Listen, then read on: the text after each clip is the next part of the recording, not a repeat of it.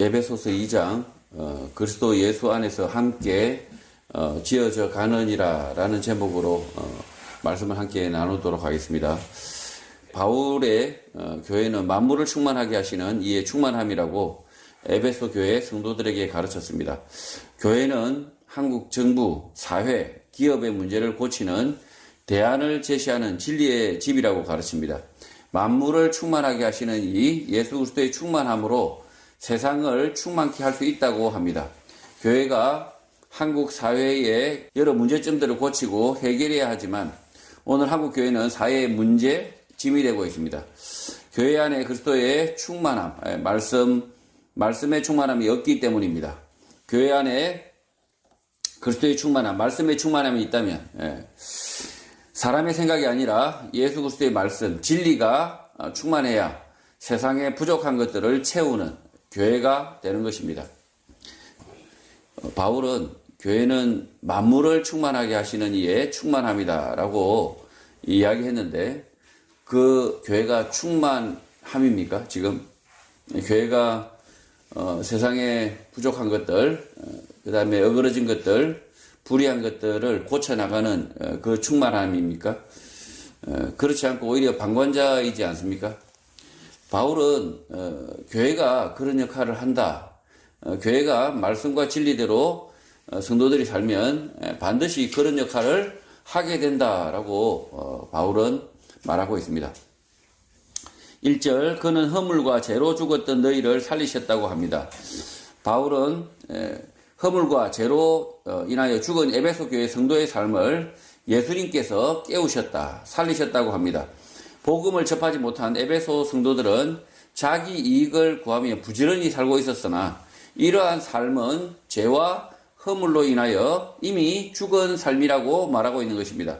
바울의 눈에는 자기의 생각을 쫓아서 사는 사람, 자신의 이익을 위하여 사는 사람, 자기의 명예를 위하여 사는 사람의 삶은 죄와 허물로 죽은 삶이다 라고 말하고 있는 것입니다.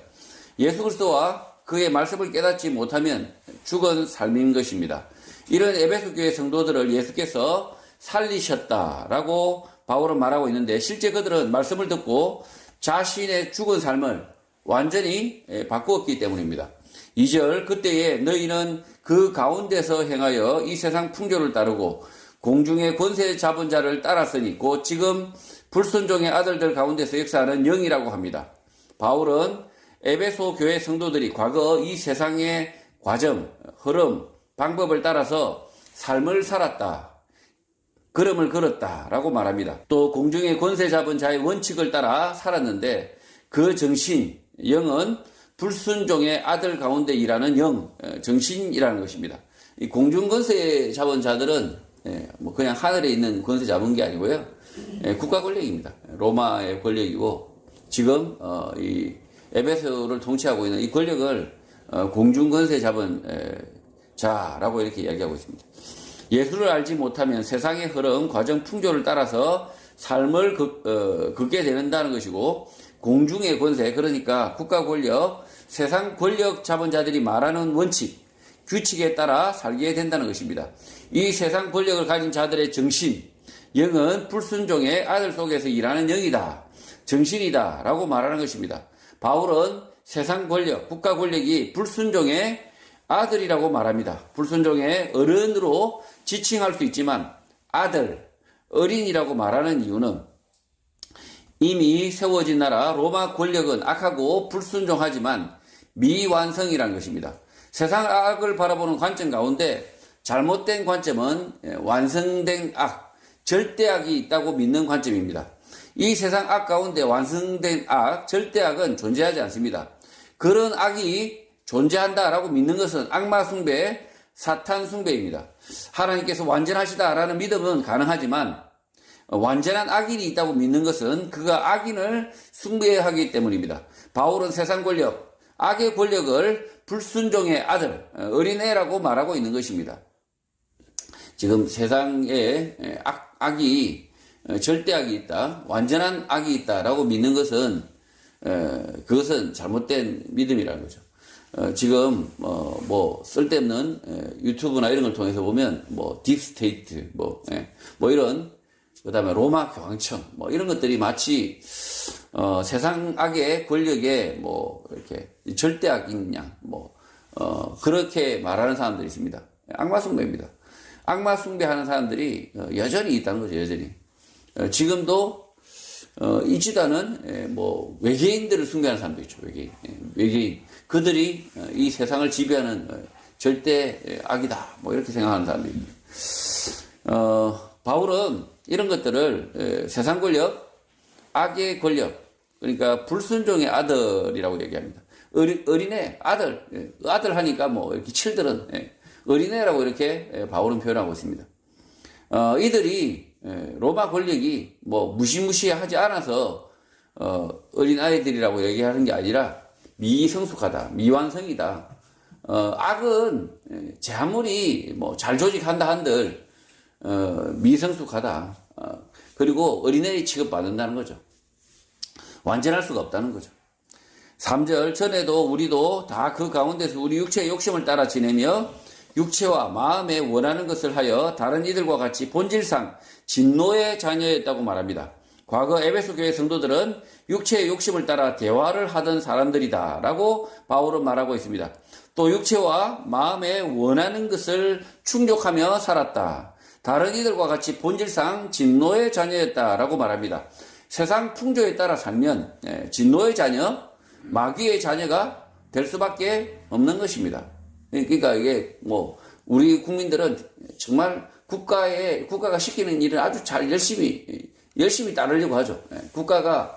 정부가 시키면 막 이렇게 열심히 캠페인하면 막 따라갑니다.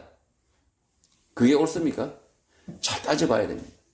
국가가 시킨다고 해서 그것이 과연 하나님의 말씀에 부합한가, 합치된가라고 잘 따져봐야 됩니다. 그래서 국가가 시키더라도 일치하지 않으면, 성경이 말씀하고 일치하지 않으면 어떻게 됩니까? 거슬러서 살아야 됩니다. 거슬러서. 지금 1세기 교회 에베소 성도들도 복음을 따라서 거슬러 살다 보니까 핍박을 받고, 지금 이 바울은 지금 감옥에서 편지 쓰고 있습니다. 감옥에서 편지 쓰고 있습니다. 그러니까 지금 국가 권력에 순종하는 것이 뭐 법질서를 따르는 것이다. 천만에요. 법질서를 따르는 것이 아니라 악을 쫓아가는 것일 수 있다는 거죠. 그래서 우리가 국가 권력이라 할지라도 옳지 않고 바르지 않은 그런 국가의 지시나 명령 따위는 순종하지 말아야 된다는 거죠. 여기서도 마찬가지의 진노의 자녀 어린애라고 바울은 말합니다. 진노의 가족, 진노의 집안 사람이라고 말하고 있는데 굳이 성인이라고 말할 수 있는데 굳이 진노의 자녀, 어린이라고 바울이 표현하는 이유는 결국 미완성, 불완전성, 미성숙하다는 것입니다. 성숙한 악인들, 완전한 악인들은 누구일까요? 어린이가 있으면 반드시 성인도 있다는 것인데 성숙한 악인들의 모습은 어떨까요? 어린애, 아이, 악한 어린이들, 이런 이 사람들도 있는데, 그러면 성숙한 악인들도 있지 않을까요? 이 말이에요.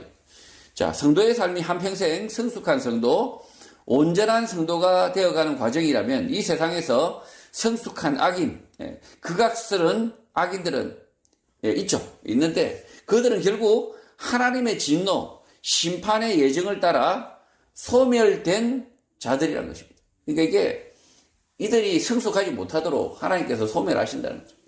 지금 악이 완전해질 수 없는 게 하나님께서 하나님의 손 안에 있기 때문에 소멸된다. 그 대표가 56세에 사망한 독일의 아돌프 히틀러가 있습니다.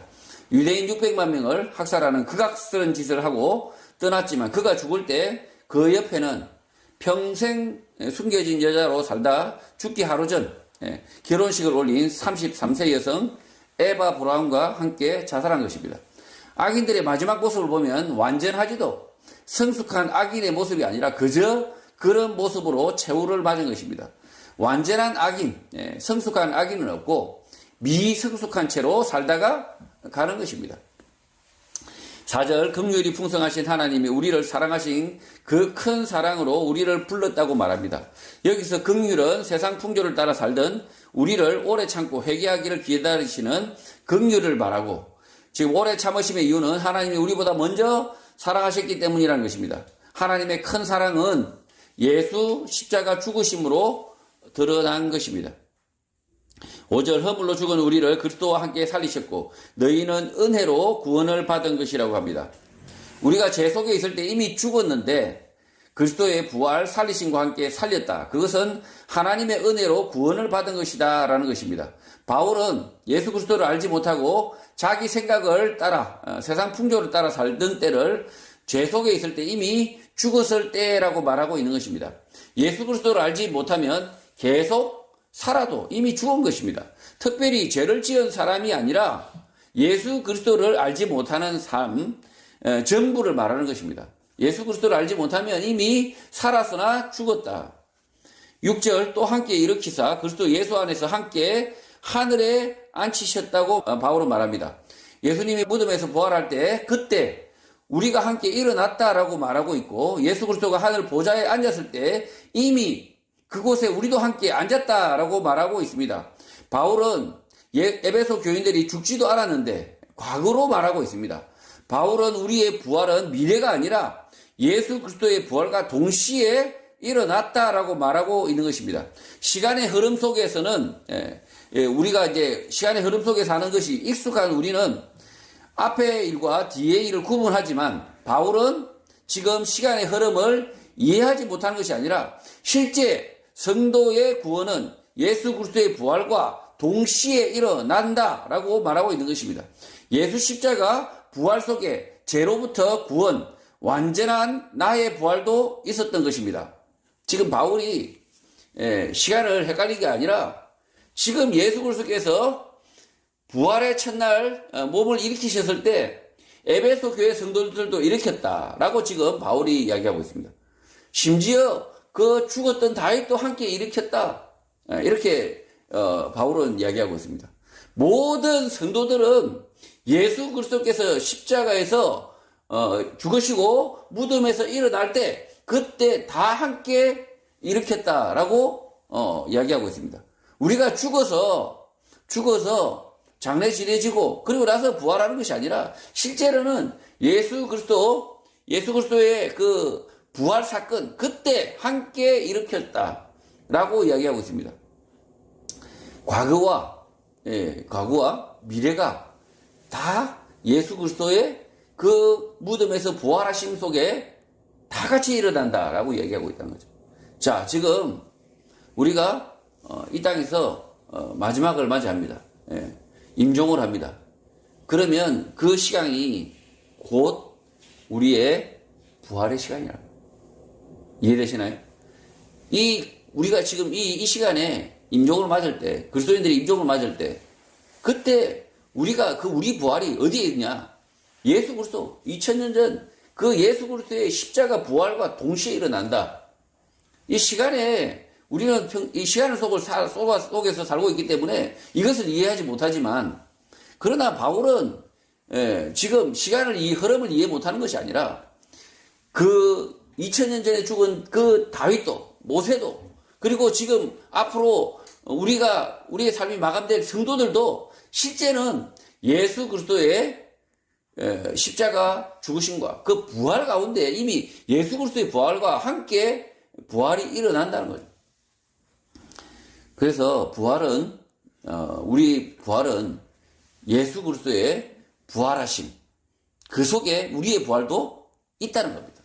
그래서 엉뚱하게 반드시 우리가 이렇게 과거, 미래에 일어날 부활, 재림의 부활, 실제로는 그 예수 그리스도의 재림이 곧 나의 죽음이고, 그리고 곧 예수 그리스도의 십자가의 부활이다. 이 시간의 흐름들이 이렇게 합쳐지는 그림을 생각하시면 됩니다. 이 시간들이 전부 이렇게 하나로 예수 그리스도의 십자가의 죽으심과 부활로 이렇게 합쳐진다라는 거죠. 7절 이는 그리스도 예수 안에서 우리에게 자비하심으로써 그 은혜의 지극히 풍성함을 오는 여러 세대에 나타내려 하심이라고 말합니다. 예수 그리스도의 부활 가운데 나의 부활, 나의 일으킴도 있었다라는 앞절에 대한 부연 설명인데, 여러 세대 시간이 흘러가면 예수 그리스도를 통한 넘치는 하나님의 은혜, 하나님의 자비를 보여줄 것이라는 것입니다. 예수 그리스도를 통하여 여러 세대를 통하여 구원 얻는 사람들이 생겨날 것을 바울이 예견하고 예수의 일으킨 가운데 우리의 일으킴도 있었다라고 말하는 것입니다. 지금 우리의 후손들의 부활도 그 예수 그리스도의 부활하신 것과 함께 일어난다는 거예요. 이 다윗이 자신이 죽었을 때 예수 그리스도의 오실 예수 그리스도를 통해서 부활할 것이다 라고 믿었던 것처럼 아브라함도 그렇게 믿었고 다윗도 그렇게 믿었습니다.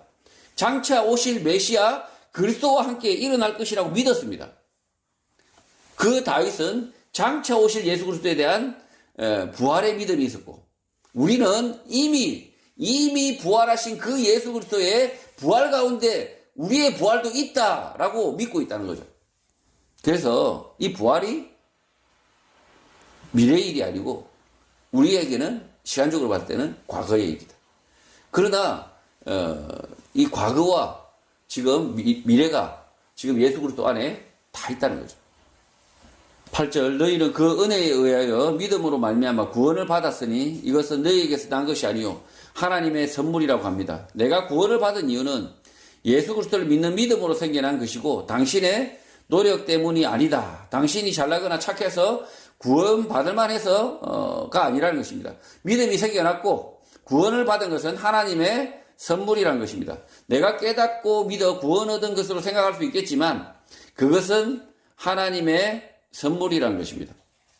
9절 행위에서 난 것이 아니니 이는 누구든지 자랑하지 못하게 함이라고 합니다.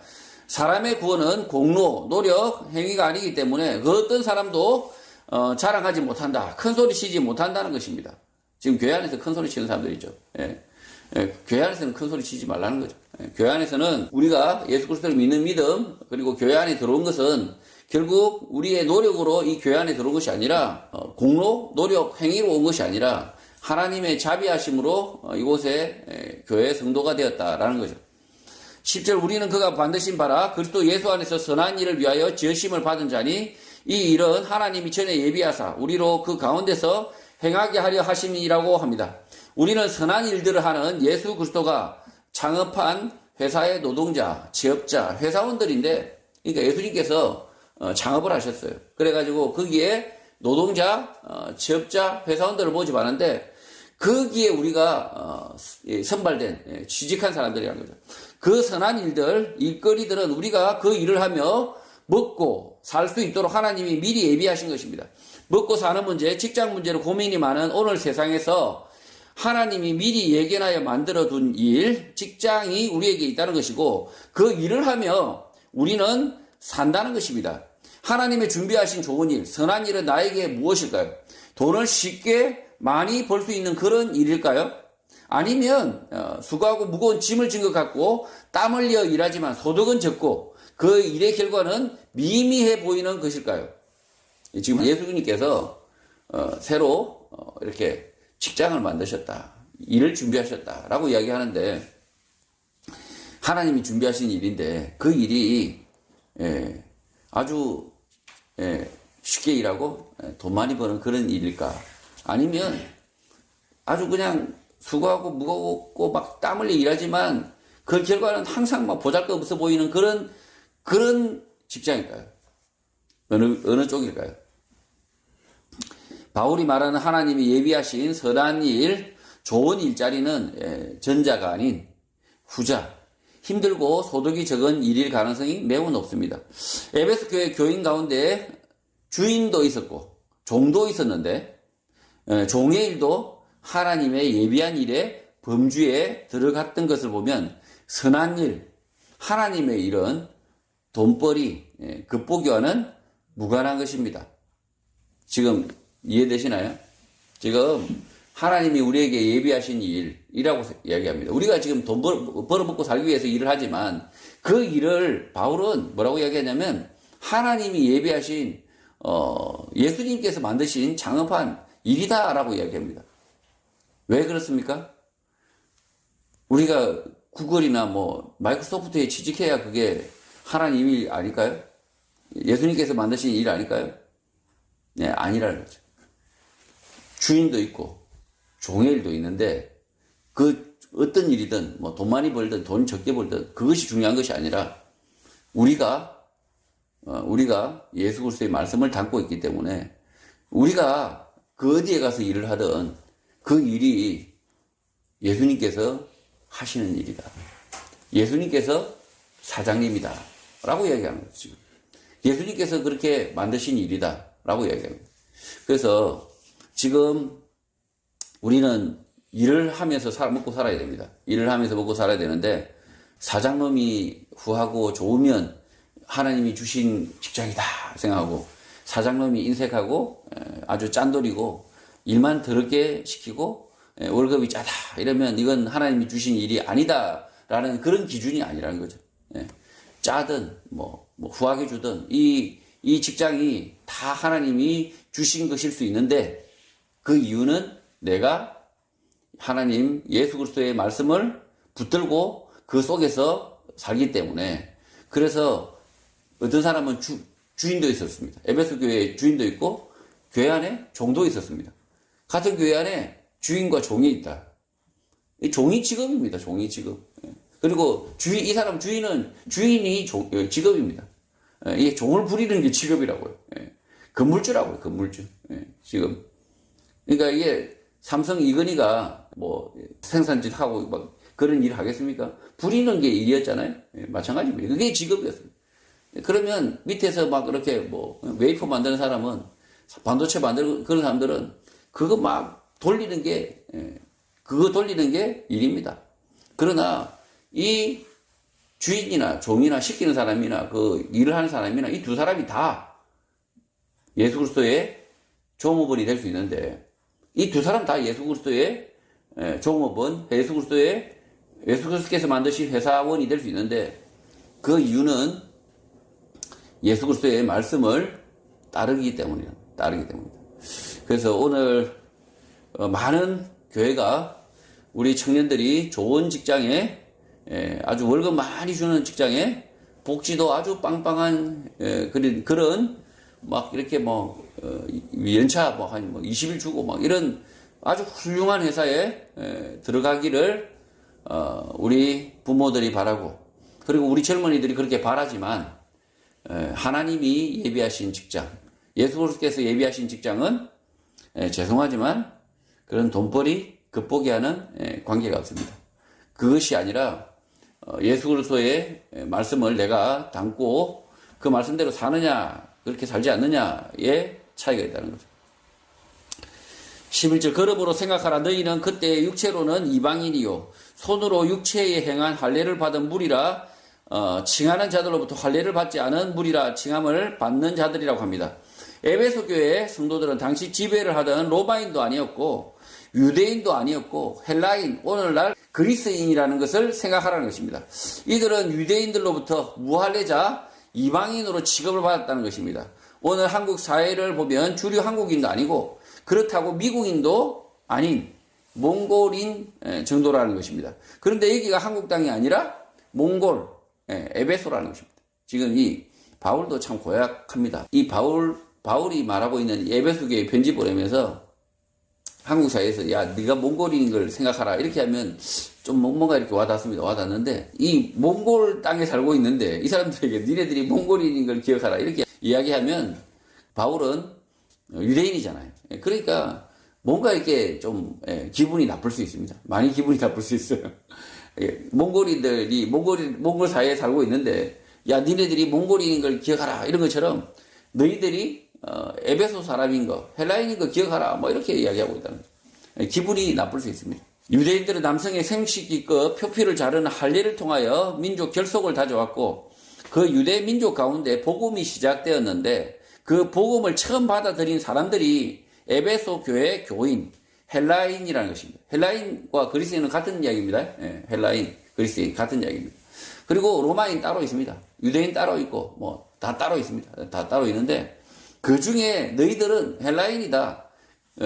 근데 유대교에서 나온 그 예수교를 믿는 헬라인이라는 거죠. 그러니까 참 이 헬라인들이 그러면 자부심을 가지라고 하는 이야기인지 아니면 니네들 정체를 알아라고 이렇게 이야기하는 건지. 하여튼 이 바울의 이 표현은 이 헬라인이 사실을 당신들을 알아라 라고 이야기하고 있어요. 근데 이 헬라인들이 오히려 더 실제는 유대인들보다 하나님이 더 귀하게 여기신다는 거죠. 실제 귀하게 여기신다. 그러니까 이게 한국 사회에서 차별받는, 한국 사회에 몽골이 있으면 차별받죠, 그죠? 차별받는데 뭐 어쨌든 색깔도 약간 다르고 이러면 말도 제대로 못하고 하면 차별받는데, 근데 지금 이 헬라인들, 그리스인들이 유대인도 아니면서 예수 그리스도의 복음을 받아들여서 바울은 사실은 이 헬라인들, 이 에베소 교인들을 엄청나게 귀하게 여긴다는 거죠. 12절, 그때는 너희는 그리스도 밖에 있었고, 비난하려고 하는 게 아니라는 거죠. 비난하려는 게 아니라 대단하다라는 표현인 거죠. 너희는 그리스도 밖에 있었고 이스라엘 나라 밖의 사람이라 약속의 언약들에 대하여는 외인이요 세상에서 소망이 없고 하나님도 없는 자였다라고 말합니다. 너희들은 아니야 이렇게 이야기하는 게 아니라, 그렇던 너희들이 유대인과 아무 관계도 없는 사람들이 너희들이 예수 그리스도의 복음을 믿었다라고 이렇게 지금 바울이 감격해서 그렇게 말하고 있는 거라는 거죠. 근데 그걸 기억하라는 거죠. 그걸. 바울은 그리스인 헬라인이 에베소 교회 성도들에 대하여 차별적 발언을 하고 있는 것이 아니라 유대인 사회에서 이방인 취급하는 그런 불리한 상황 속에서 에베소 교회 성도들이 복음을 받아들였다라는 것을 강조하기 위하여, 칭찬하기 위하여 이렇게 언급하고 있는 것입니다. 세상 속에서 하나님 없는 사람들, 구원의 소망이 없는 사람들, 구원의 약속이 없는 외지인들, 이스라엘 공동체의 일원이 아닌 타민족 사람들이었는데 그 불리한 조건을 뛰어넘어 복음을 받아들였다는 것입니다. 지금 그 불리한 조건을 뛰어넘고 사실은 그 보잘것없는 그 유대인들을 무시하는 그 그리스인들이 훨씬 더 많았을 텐데, 그리스인들, 헬라인들이 유대인들을 훨씬 더 무시하는, 그리스인들은 훨씬 더 찬란한 문화 속에 있었지 않습니까? 신전들을 보면 그렇단 말이에요. 그러니까 얘들을 무시하고 이렇게 해야 될 것 같은데 오히려 이들이 복음을 받아들였다. 그 불리한 조건 속에서도 에베소 교회 성도들이 복음을 받아들였다는 거죠. 그래서 이것은 에베소 교인들에 대한 찬사라는 거예요. 찬사. 이 바울이 괜히 차별적 발언하기 위해서 티껍게 말하고 있는 게 아니라 너희들은 외인이요, 세상에 소망이 없고 하나님도 없던 놈들이다 이렇게 이야기하는 것이 아니라는 거죠. 13절, 이제는 전에 멀리 있던 너희가 그리스도 예수 안에서 그리스도의 피로 가까워졌다고 합니다. 에베소 교회 성도들은 복음을 받아들이고 난 이후 예수 그리스도의 피로 인하여 멀리 있던 너희가 우리와 이웃이 되었다, 친구가 되었다고 말합니다. 바울은 유대인이지만 예수 그리스도로 인하여 헬라인, 에베소 교회 성도들을 매우 가깝게 여긴다는 것입니다. 이제는 에베소 교인들과 이제는 친구가 되었다, 가족이 되었다라고 이야기하는 거죠. 14절, 그는 우리의 화평이신지라 둘로 하나를 만드사 원수된 것 곧 중간에 막힌 담을 자기 육체로 하셨다고 합니다. 예수 그리스도는 우리의 평화인데 그 이유는 우리 둘을 모두 만들었고 우리 사이에 있는 중간에 막힌 담을 모두 부셨기 때문이라고 바울은 말합니다. 유대인 바울과 그리스인, 그러니까 헬라인이었던 에베소 교회 교인들과의 관계가 처음에는 썩 좋지 않아서 다투었을 수 있는데 에베소 교회 성도들이 복음을 받아들이자 급격히 친해졌다, 관계 문제가 해결되었다는 것입니다. 예수 그리스도의 복음을 받아들이고 바울과 에베소 교회 교인들은 하나님이 사람을 지으실 때 유대인, 헬라인으로 태어나지만 그 차이가 없다, 하나다라는 사실을 자각했기 때문에 평화, 화평이 된 것입니다. 지금 바울이 에베소에 왔을 때 소금 뿌렸을 수도 있다는 거죠. 어이 저런 재수없는 유대인 왔네 이러면서 이 에베소 교회 성도들 중에 소금 뿌렸을 수 있다. 그리고 밥 먹으러 왔는데 꺼져 이랬을 수 있다는 거죠. 꺼져 저 유태인저 이거. 그러면서 헬라인들이 처음에는 헬라인과 이 유대인들이 사이가 별로 안 좋다는 거죠.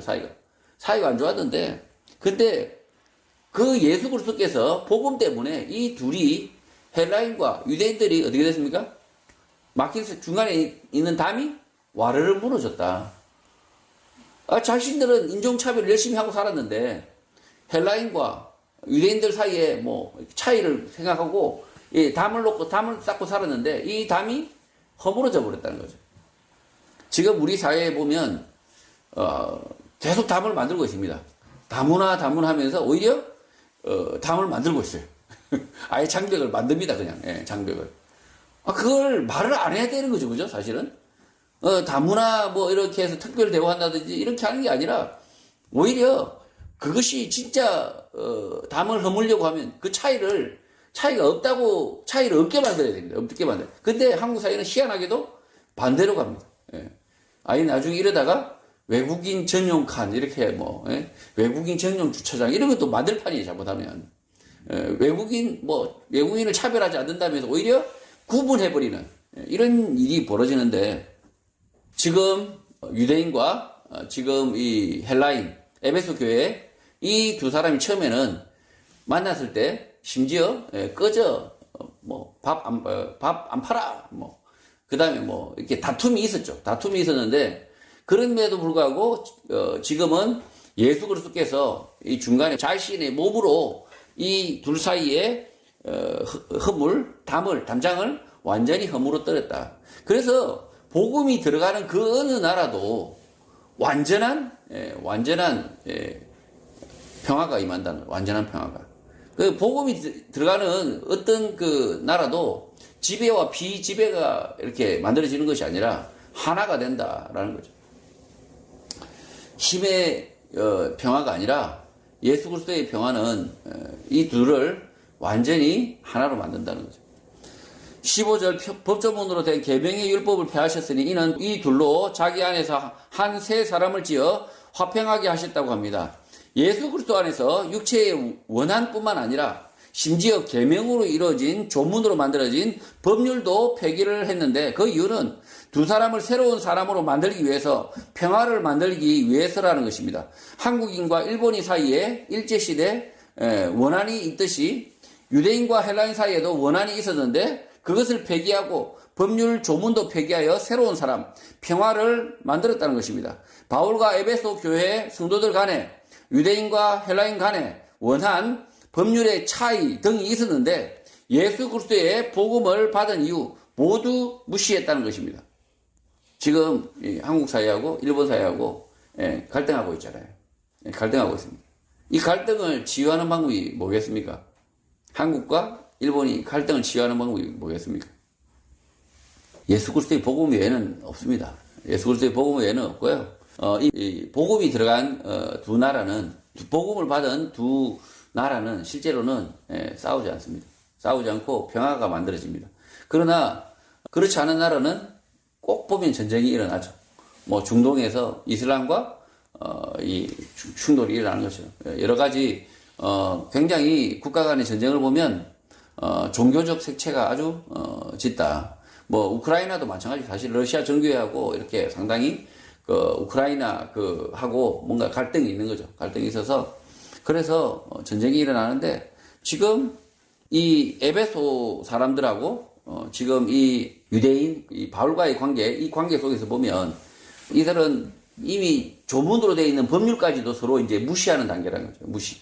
그러니까 법률이 문제가 있음에도 불구하고 그 법을 뛰어넘어서 그러니까 현행법은 있습니다. 현행법을 뛰어넘어서 이 둘은 서로의 화평하게 되었다는 거죠. 화평하게 되었다. 그래서 세 사람이다 라고 하는 거죠. 세 사람이다. 지금 우리가 한일협정 있잖아요. 한일협정이 법조문이지 않습니까? 오히려 그 법조문이 오히려 두 나라를 하나로 만드는 그런 조문이어야 되는데 실제로는 어떻게 됩니까 지금? 오히려 한일협정이 폐기되고 지금 막 그렇게 한국, 일본 서로 싸우도록 계속 누군가가 부추기고 있다는 거죠. 누군가를 부추기고 그러다 보니까 둘이 하나가 되는 게 아니라 엉망진창이 되고 있다는 거죠. 그래서 결국은 뭐냐? 지금 민족과 민족, 그 다음에 이 사람과 사람, 이 서로 다른 집단이 하나 되는 길은 다른 길은 없고 예수 그리스도의 복음을 받는 것, 그 예수 그리스도의 복음을 따르는 것 외에는 다른 방법이 없다는 겁니다. 그래서 평화는 예수 그리스도의 복음을 듣는 것, 예수 그리스도의 복음을 받는 것, 그것을 통해서 평화가 온다는 거죠. 16절 또 십자가로 이 둘을 한 몸으로 하나님과 화목하게 하려 하심이라 원수된 것을 십자가로 소멸했다고 합니다. 복음 예수 그리스도의 십자가로 인하여 유대인과 헬라인이 적개심을 죽이고 화해를 하고 하나님 앞으로 하나의 몸이 되어 함께 나아갔다는 것입니다. 당시 유대인과 헬라인과의 관계를 자세하게 우리가 알 수 없지만 원수처럼 지냈는데 십자가로 인하여 그 둘을 하나의 몸인 것처럼 바꿔 놓았다는 것입니다. 지금 유대인과 헬라인들이 좋을 리가 없어요. 사실은 좋을 리가 없어요. 원래 가까이 있는 나라는 어떻게 합니까? 싸웁니다. 우리가 중국하고 한국이 좋을 리가 없잖아요. 원수입니다. 맨날 왼수입니다.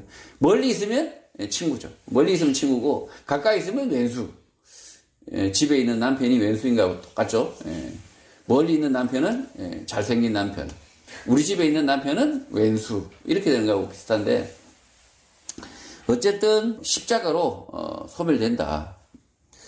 이 헬라인과 유대인들이 그 안에 갈등이 있었는데 우리는 뭐 그 시대 상황을 잘 모릅니다. 모르지만 좋을 리가 없었다는 거죠. 그 좋을 리가 없는 그 감정들을 예수 그리스도의 십자가가 소멸하게 했다라고 지금 바울이 이야기합니다. 17절 또 오셔서 먼 데 있는 너희에게 평안을 절하시고 가까운 데 있는 자들에게 평안을 절하셨다고 합니다.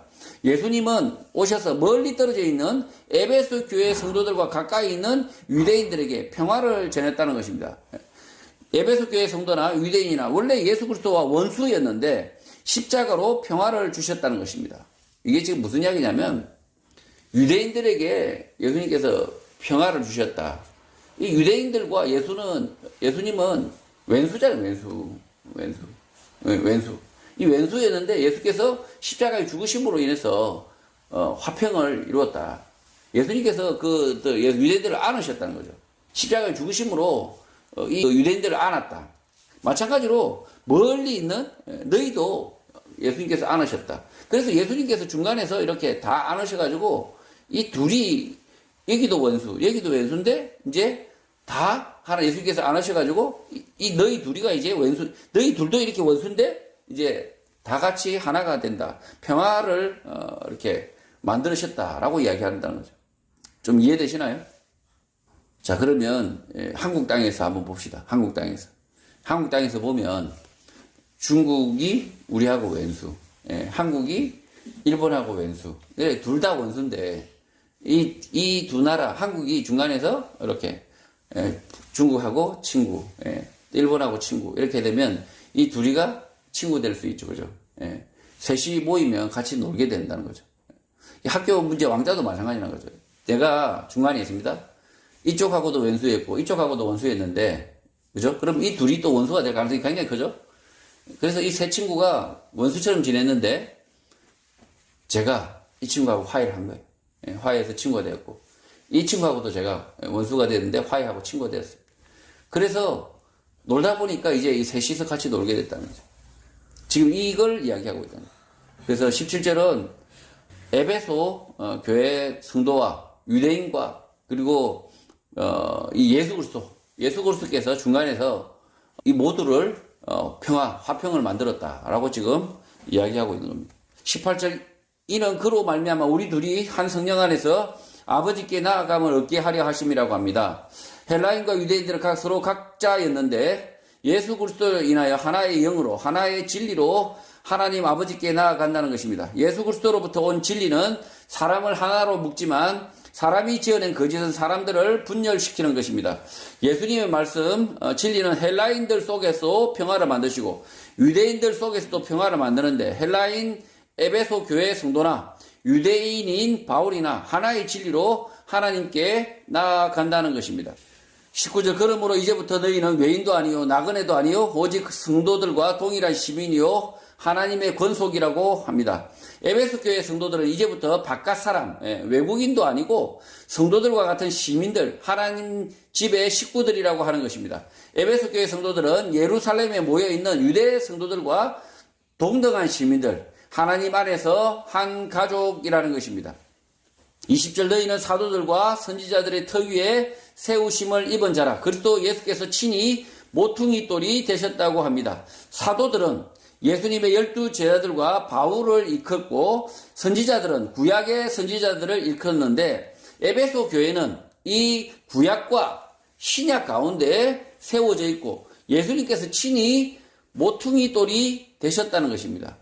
건물이 지어질 때 두 개의 벽이 만나는 곳에 놓여지는 두 벽 모두를 지탱하는 주춧돌을 모퉁이돌, 코너스톤, 캡스톤이라고 부르는데 시편 118편에 이런 처음 이 표현이 나옵니다.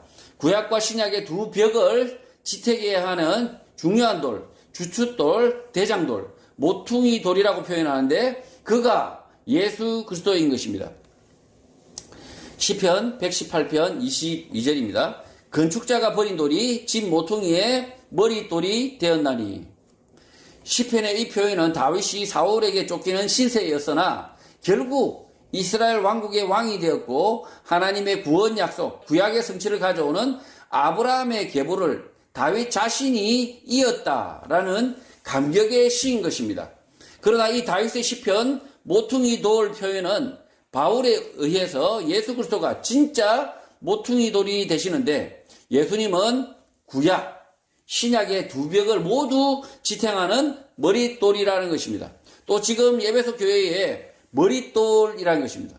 이 건물을 잘 보시면 직각으로 딱 이렇게 벽이 만납니다. 직각으로 딱 만나는데 이 만나는 이 밑에 중심돌, 코너스톤, 대장돌이 있다는 거죠. 이 돌을 중심으로 이쪽 벽을 세우고 이쪽 벽도 같이 세워 올라간다는 거죠. 맨 밑에서. 이게 삐뚤어하면 어떻게 됩니까? 이쪽 벽도 엉망이고 이쪽 벽도 마찬가지로 엉망이 되는 거죠. 그래서 지금 이 한쪽 벽은 뭐냐? 구약이다. 선지자다. 그 다음에 이쪽 한쪽 벽은 뭐냐? 사도다. 신약이다. 라고 이야기하는 거죠. 그래서 지금 이 선지자와 사도, 신약과 구약 이렇게 벽이 쌓아져 가는데 그 밑에 누가 있습니까? 예수 그리스도. 모퉁이돌이 있다라고 이야기하는 거죠. 21절 그의 앞내에서 건물을 받아 서로 연결하여 주 안에서 성전이 되어 간다고 합니다. 새롭게 지어져 가는 각각의 건물들이 있는데 그 건물들이 각각이지만 이 모두를 예수 그리스도 안에서 하나가 되어 거룩한 하나님의 성전이 된다는 것입니다. 지금 여기를 보시면 성전의 모습이 보이죠. 성전의 모습이 보이는데 이 성전이 하나의 건물이 아니라 여러 개의 건물로 담벼락이 이어져 있습니다. 그래서 이 담벼락이 이어져서 벽이 이어져서 이 전체를 뭐라고 부릅니까? 성전이다 라고 부른다는 거죠. 지금 바울은 이 성전의 모습의 그림을 머릿속에 담고 말하고 있는 거죠. 우리가 한쪽 벽이 되고 우리가 한쪽 기둥이 되고 이렇게 다 각각 서 있는 기둥이라는 거죠. 에베소 교회 성도 각각이 이렇게 하나씩 서 있는 기둥인데 전체가 뭐가 됩니까? 성전이 된다. 누가 그렇게 합니까? 예수 그리스도께서 이 에베소 교회에 흩어져 있는 에베소 교회 성도들을 모아서 어떻게 만듭니까? 웅장한 거룩한 하나님의 성전이다라고 이야기합니다. 예루살렘 성전은 여러 건물들을 세우고 벽을 이어서 만들어지는 거대한 건축물이었는데 바울은 이 거대한 건축물을 염두에 두고 여러 건물들이 거대한 하나의 건물, 성전으로 만들어졌다라고 말하는 것입니다. 22절 너희도 성령 안에서 하나님이 거하실 처소가 되기 위하여 그리스도 예수 안에서 함께 지어져 간다고 합니다. 에베소 교회 성도들은 너희도 역시 여러 건물들이 이어져 하나의 거대한 성전이 되듯이 성령 진리 안에서 함께 지어져 가는 건물, 이 건물은 성전, 하나님이 거하시는 처소가 된다는 것입니다. 에베소 교회 안에 하나님이 계신다, 머문다라는 것입니다. 지금 이 에베소 교인들을 이렇게 있는 벽이 뭡니까? 이렇게 담벼락들이 뭡니까? 이 모든 그 에베소 교인들을 다 하나의 건축물로 만드는 연결되는 그 담벼락들이 뭡니까? 진리, 성령, 예수 그리스도라는 거죠. 예수님의 말씀으로 아무 관계도 없던 우리가 하나의 성전이 되었다. 에베소 교회 성도로서 에베소 교회 거룩한 하나님의 집이 되어 간다. 그래서 이 지어져 가는 이 이유는 뭐냐? 우리 안에 하나님의 말씀, 예수 그리스도의 말씀이 그 말씀을 순종함으로써 우리가 하나님의 거룩한 집이 된다는 것입니다. 성도 여러분, 성도는 큰 성전을 이루는 각각의 건물들입니다. 그 건물들 하나하나가 잘 지어져야 온전한 성전 건축물이 되듯이 예수 그리스도의 말씀, 진리로 잘 세워지는 성도가 되어 하나님이 거하는 집, 교회가 되는 성도가 되시기를 주님의 이름으로 축복합니다. 네.